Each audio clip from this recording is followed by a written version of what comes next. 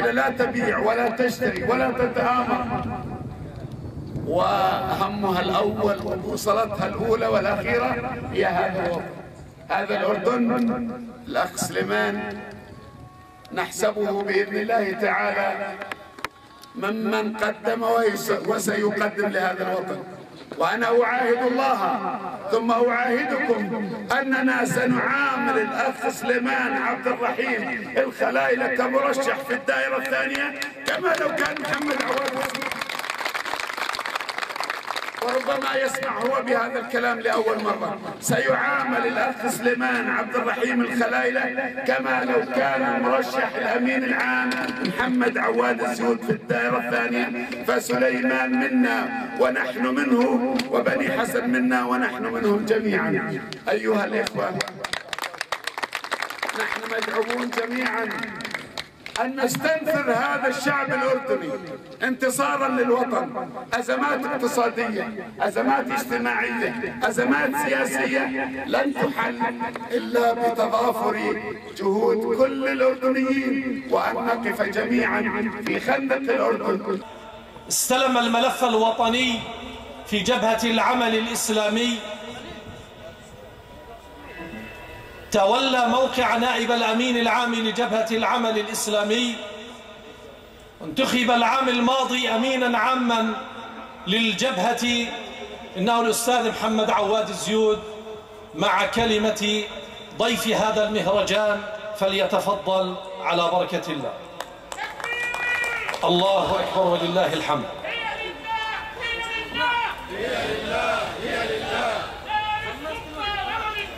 لا للسلطة ولا للجاه. الله أكبر. أيها الإخوة والأخوات، الصلاة إن شاء الله بعد المهرجان مباشرة بإذن الله. تفضل سيدي.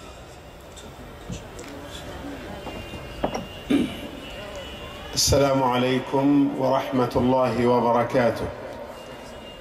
بسم الله الرحمن الرحيم.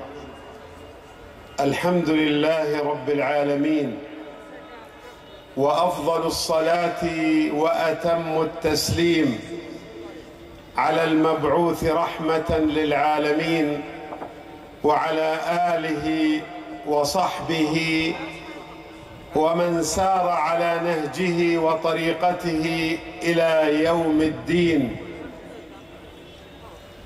أيتها الأخوات الفضليات، أيها الإخوة الفضلاء، أحييكم أطيب تحية وأرحب بكم أجمل ترحيب في هذا المساء المعطر بعبق الوطن. فحياكم الله يا أهل الزرقاء، يا من تقاطرتم من أطرافها وجئتم لحضور افتتاح وإشهار هذا الموسم الانتخابي وإشهار كتلتي إصلاح للانتخابات النيابية عن الدائرة الأولى والدائرة الثانية في محافظة الزرقاء. وأسأل الله أن يكلل جهودكم بالخير والبركة، وأن يكتب على أيديكم التوفيق والنجاح لخدمة محافظة الزرقاء ومدينة الزرقاء، مدينة الجند الأشاوس، مدينة العمل والعمال، مدينة المصانع والإنتاج، مدينة التنمية، مدينة الوحدة الوطنية، المدينة التي أهدت الوطن رموزاً، ولكن حسابات المسؤولين في هذا الوطن لم تنصفها على الإطلاق. فهي التي تشكل خمس المملكة، وفيها كثير من مصادر الإنتاج. أيها الإخوة، أنقل إليكم تحيات إخواني في المكتب التنفيذي لحزب جبهة العمل الإسلامي الذين يتمنون لكم الفوز بإذن الله تعالى. وقد تعلمون جميعا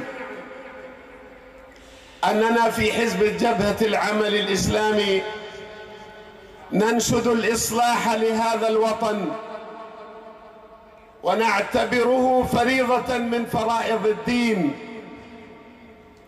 وقدمنا في سبيل الأردن الكثير، وهذا الأمر لا نحمد عليه، فهو أقل الواجب بحق أهلنا ومواطننا وبلدنا الذي نفخر بالانتماء إليه.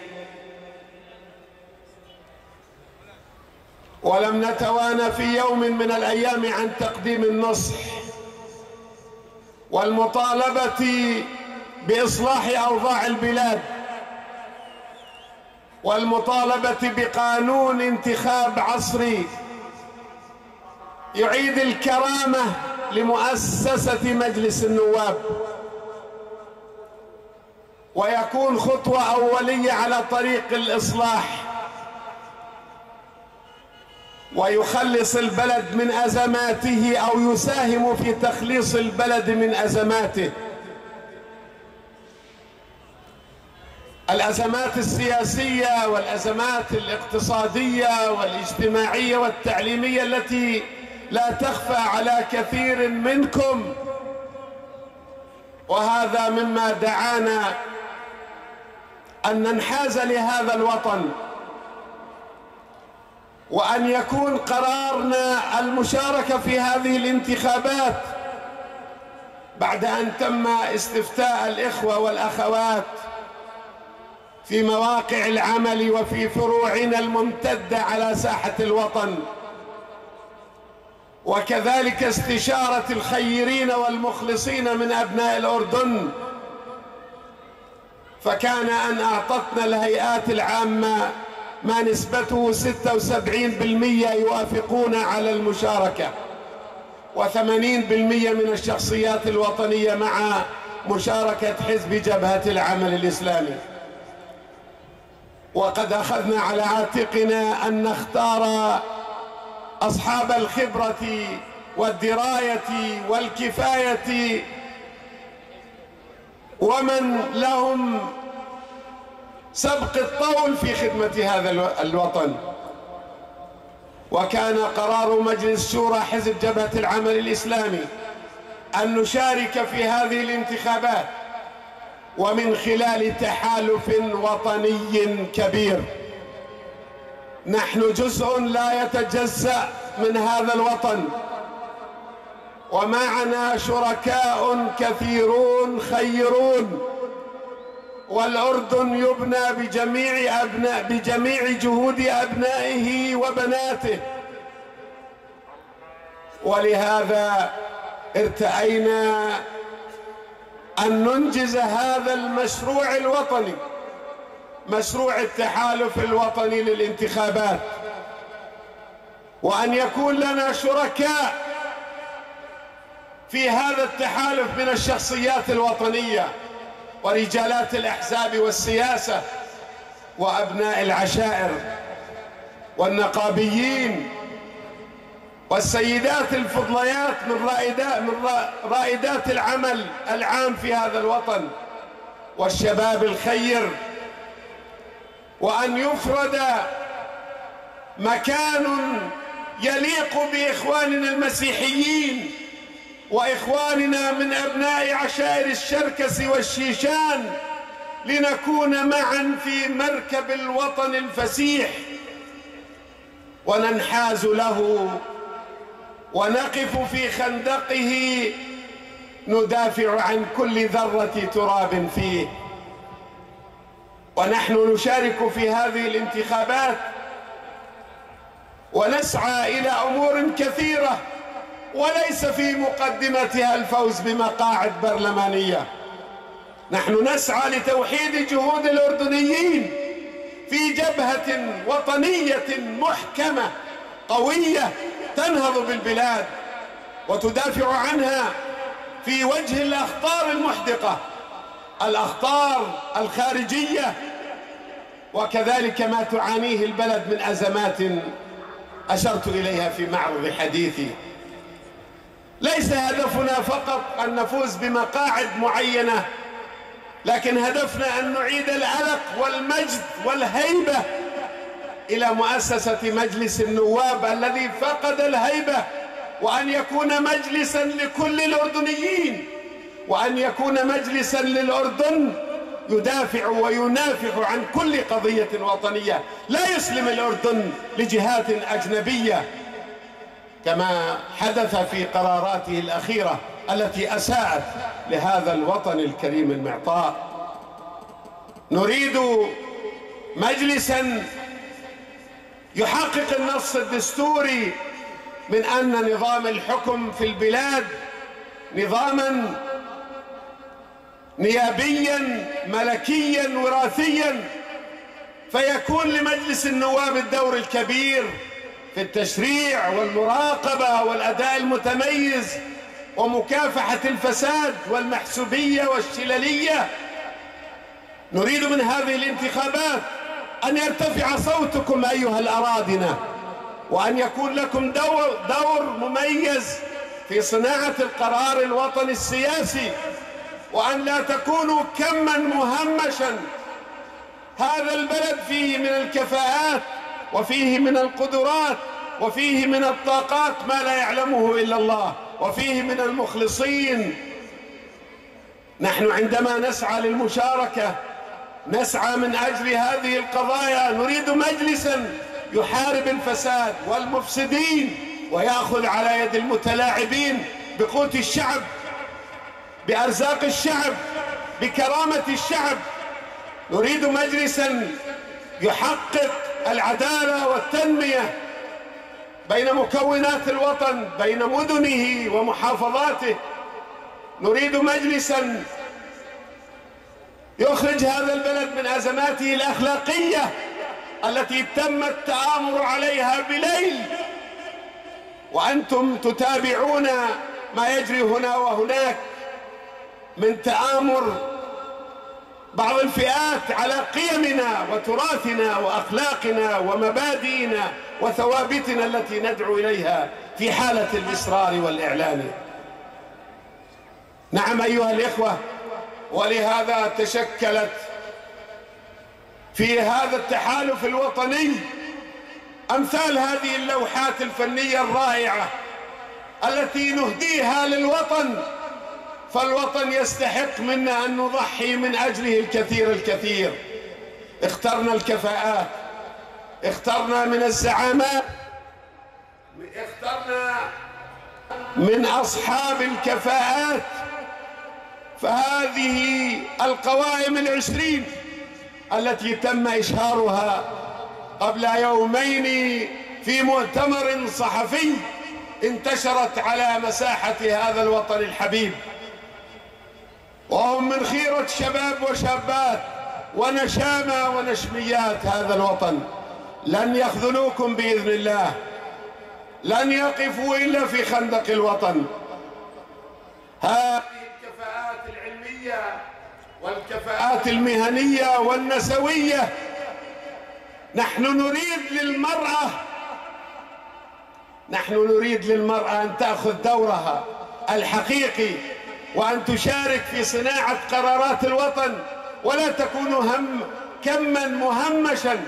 وقد أخذنا على عاتقنا في حزب جبهة العمل الإسلامي أن نقدم من أخواتنا صاحبات التجربة والكفاءة، وعلى رأسهن شيخة البرلمانيات الأخت الدكتورة حياة المسيمي. أيها الإخوة، لا أريد أن أطيل عليكم، وقد أعطيت إنذارا أوليا، وأخشى أن تتطور الأمور إلى إنذارات أخرى، وأنتم تعلمون أن عاقبة ذلك بعد ذلك الفصل. حتى لا نفصل من موقعنا. أنا أقول لإخواني وأخواتي: نحن نريدكم أن تكونوا يدا واحدة مع كتلتي إصلاح في الزرقاء، وقد جربتم أصحاب هذه المبادئ، وأن لا نميز بين إخواننا وأخواتنا.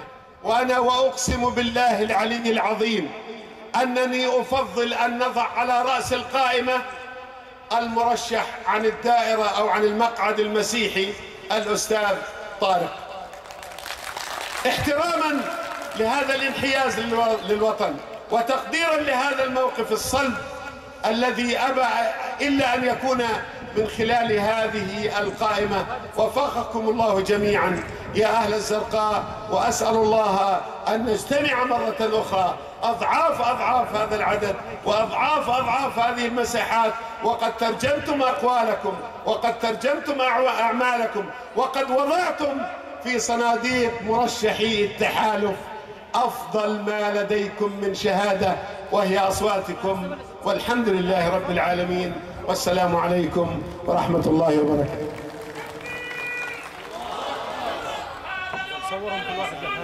هذا الأردن أردننا، أغلى منا ما عنا، أغلى منا ما عنا. أردن أردن عبد الحج، أردن أردن عبد الحج. أقصى أقصى عبد المجد، أقصى أقصى عبد المجد. الله أكبر الله أكبر الله أكبر. السعادة والفرح والأنشودة حاضران في هذا المشهد.